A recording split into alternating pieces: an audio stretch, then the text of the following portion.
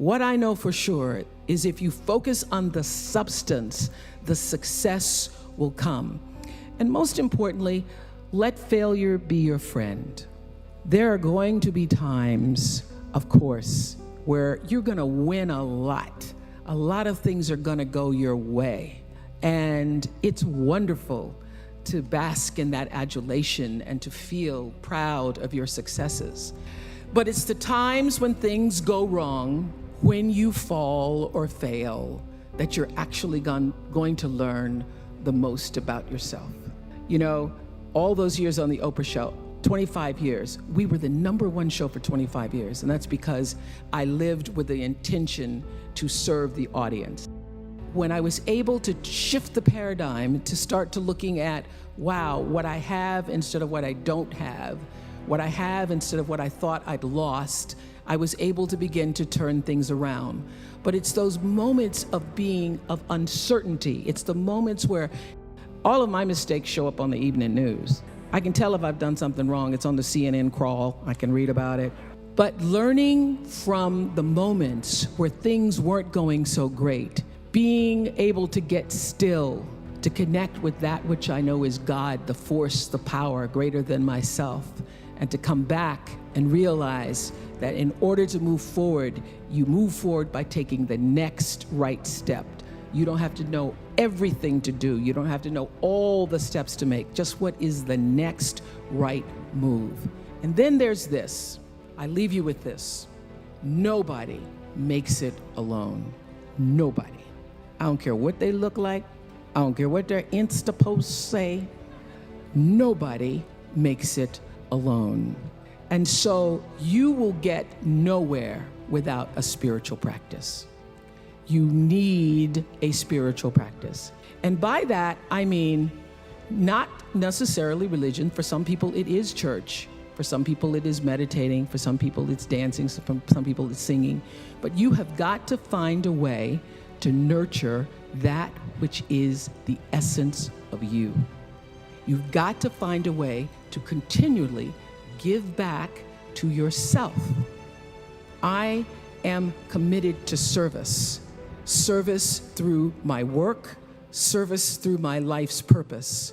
And if you make a commitment, a conscious intention to be committed to the work that you do, to the relationships that you have, your life will unfold with such beauty and grace through that commitment. You know, every day until the very final shows of the Oprah Winfrey Show, I would have the producers come in and tell me ahead of time what their intention for every show was, because I figured out around the second year of doing that show that it wasn't just about being on television and performing, that here was this opportunity, this offering I could give to people through the service of a television show to better see themselves through the stories that we're telling, and through those stories help themselves to improve their lives. So I started using television as a tool of service.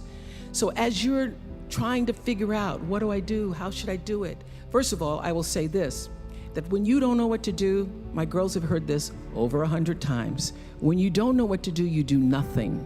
You get still until you do know. Because when you have to ask everybody else, should I do this, should I, and that's whether it's buying a pair of shoes or going with a guy, buying a house, taking a job, should I? When you have to ask everybody else, it means you don't really know the answer fully yourself. So you get still, be still, and know the answer will come. So many people are worried about building a brand. I hear kids on social media talking about their brand. And I used to really resent the word when people would say to me, oh, you have this brand, because I never even thought about a brand. I just thought about day in and day out, making the best right choice for me. But now I embrace it because I recognize people see me as a brand. But for me, it's not a business. It is a question of, what do you stand for? And I will say this, you're nothing if you're not the truth. So I've made a living, I've made a life, I've made a fortune really, from being true to myself. And that's if I could leave you with any message today, that is it. The biggest reward is not financial benefits, though it's really good. You can get a lot of great shoes. Nothing wrong with great shoes. But those of you who have a lot of shoes know that having great shoes and a closet full of shoes or cars or houses or square footage doesn't fill up your life. It doesn't. But living a life of substance can.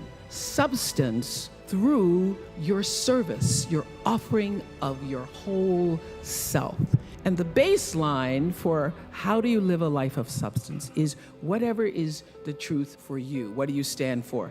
So when I first started making money, and it was, my salary or my earnings were published all over the place. I mean, the first year I was like, really? Did I make that much money? Oh my God. It was very difficult for me to figure out where my boundaries were because I'd grown up poor and didn't have anything.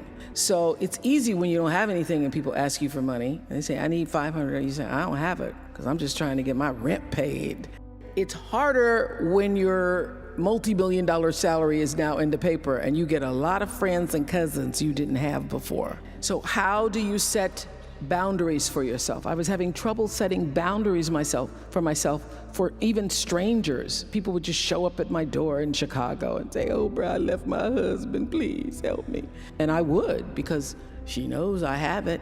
So what I learned is that the reason why people keep showing up is because my intention is to make them think that I'm such a nice person that you can ask me for anything, you can get me to do anything. I'm gonna say yes, I'm gonna say yes. So when Stevie called me this time, I thought I'd try out my first no on Stevie. Let's start big.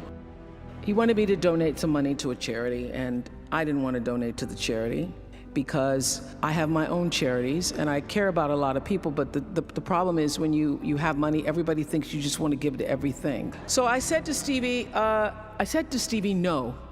And as a person who has that disease to please, I was waiting for him then to say, I will never speak to you again. I will never call you. I will never sing a song for you. And he didn't. He just said, okay. Okay? Okay, it's okay? He said, okay, check you later. What I learned from that is many times you will have angst and worry about things. Put yourself in a state, like someone said this morning because their phone went off, they were mortified over a phone, I said, really? You will put yourself in a state when the other person really isn't even thinking about you. So learning that I could specifically determine for myself what the boundaries were for me, what I wanted to do, give my money, give my time, give of my service to who I wanted to give it to when I did, that I get to make that decision. Just because you have all of these demands on your time and on you doesn't mean that you have to say yes. You get to decide because you're the master of your fate, the captain of your soul, as William Ernest Henley said in Invictus. And understanding that really changed the meaning of my life in that I was no longer driven by what other people wanted me to do, but took charge of my own destiny, making choices based upon what do I feel is the next right move for me. I've lived with who do you think you are my whole life. Not from myself as much as what was reflected to me. Because who do you think you are? You're a little color girl, come from Mississippi. Who do you think you are? You're sitting up on national television. Who do you think you are that you can have? Who do you think you are that you can? So I used to fear hearing the term, who do you think you are? Or you must be pretty full of yourself. Now I work at being full. I want to be so full, I am overflowing. So when you see me coming, it ought to make you proud. To borrow a line from Maya Angelou's Phenomenal Woman. When you see me coming, it ought to make you proud. And what you see is a woman so full, I'm overflowing with enough to share with everybody else. I'm going to own the fullness without ego, without arrogance, but with an amazing sense of gratitude that I've been born at a time where I am female on the planet and I have the great pleasure and freedom to fill myself up. Knowing who you are. Knowing who you are. Being able to answer this question, who am I and what do I want? You know, many times when I go out of the country, I am baffled by that question. To explain what is your occupation. I've stood there for 10 minutes. Well, am I a talk show host? Well, I'm more than a talk show host. Am I a businesswoman? I'm a businesswoman. I'm more than a businesswoman. Am I an entrepreneur? I'm more than an entrepreneur. So I just leave it blank or self-employed. So I'm not asking for the roles that you play as daughters. I'm not asking that question. What are the roles that you play as a daughter, as a friend, as a sister? You're going to be a lawyer, you're going to teach, you're going to be a pharmacist.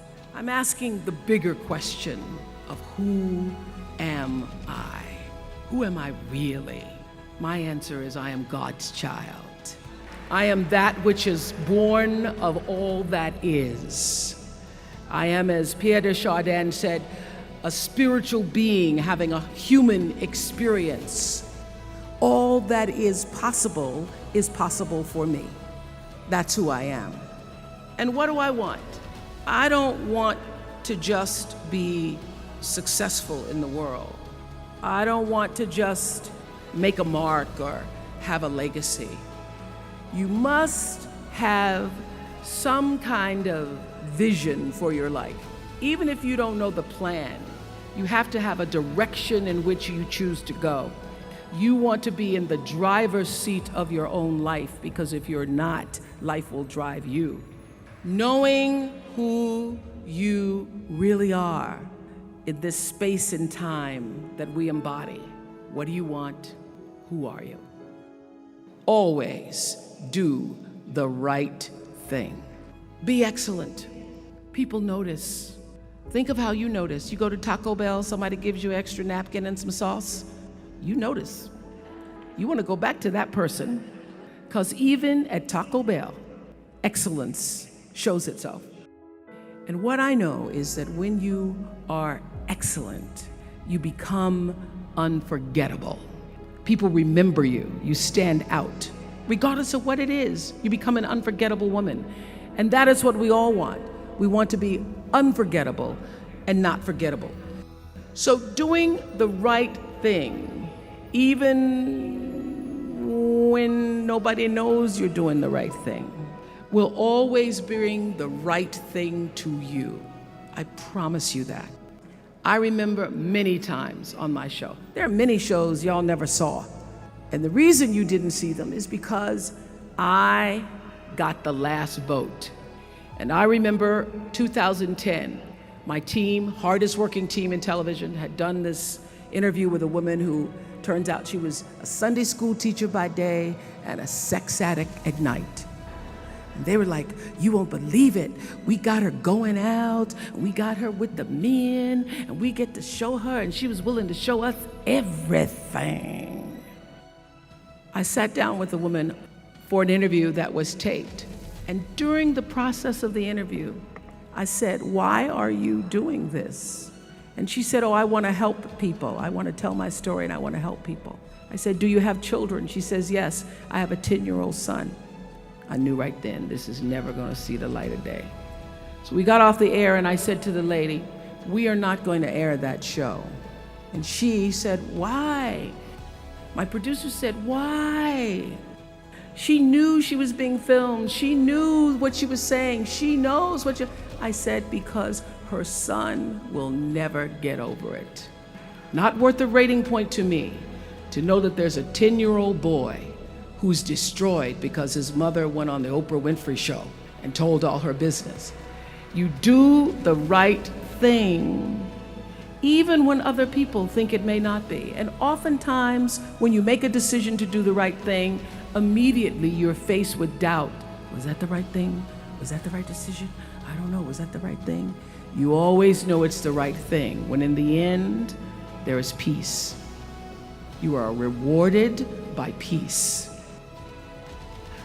The most important thing I have come to know in doing the right thing and making the right choices is understanding people don't always like you, and they're not always happy for you. And if you surround yourself with people who are not accustomed to your success, they become fearful. They become scared because you are reflecting back something to them that they don't recognize. Now, they're not going to say, I'm very fearful because you're reflecting back to me something I don't recognize. They're going to say, you know what they're going to say? They're going to say, who she thinks she is. Who she thinks she is. That only happens when you are around people who do not mean and want and aspire to the best for you. People who want the best for you want you to be your best. So my greatest advice to you is to surround yourself with people who are going to fill your cup until your cup runneth over.